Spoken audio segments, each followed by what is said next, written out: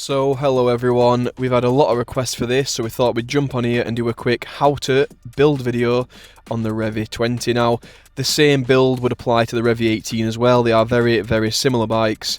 So if you have the Revvi 20 or Revvi 18, watch this video to learn how to build the bike. When you open the box, you should find everything that you need, such as charger, instruction manual, toolkit, bar pad, stand, and front number board. Also, some nice cool stickers to put your name on it. First of all, let's pull the bike out of the box and adjust the front forks. So as you can see, we're loosening off the two top and bottom clamps and then sliding the fork stanchion down, making sure they are both equal at each side.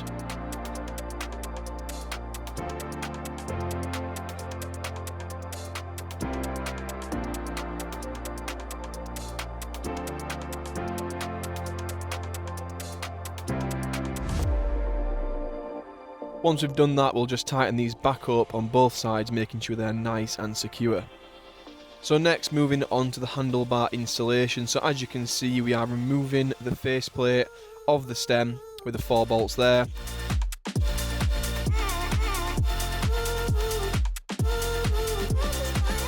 And then what we'll do is put the bars on, making sure we tighten down the bars nice and evenly. Make sure that you are putting the bolts correctly in here and that you're not cross-threading anything. These can snap quite easily, so make sure that you are doing it nice and evenly, so you're not putting a lot of stress on one particular bolt.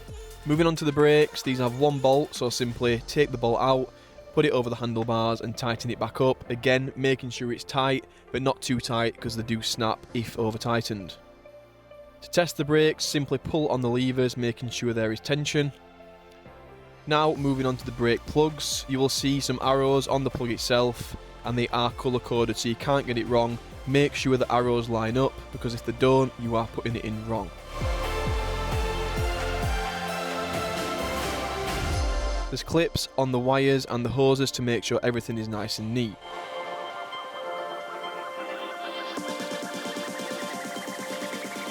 Now let's move on to the front fender installation. This is very simple. Just using 1 bolt, slide the fender on using the bracket and tighten the bolt with a spanner and an Allen key.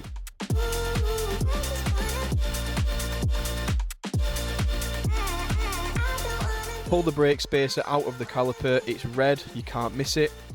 You will slide the front wheel on, making sure the disc goes into the caliper and the bolts fit nice and snug into the forks. When the wheel's on, tighten the bolts on either side evenly, making sure to tighten them with the spanner provided. Tighten each side evenly and don't over tighten. Now the front number board. The bolt will come pre-installed into the fork clamps. Simply remove it, push it through the number board and tighten nice and snug. Now your bike is ready for the kickstand. So flip the bike over and you are looking for a little hole in the swing arm. Get the bolt through the stand itself, line it up with the hole and screw it in, making sure it goes in straight so you aren't cross-threading it and making sure the stand operates as it should. Then there's some protective packaging to cut off the bike. There's foam on the frame and the swing arm and also some cable ties on the pegs.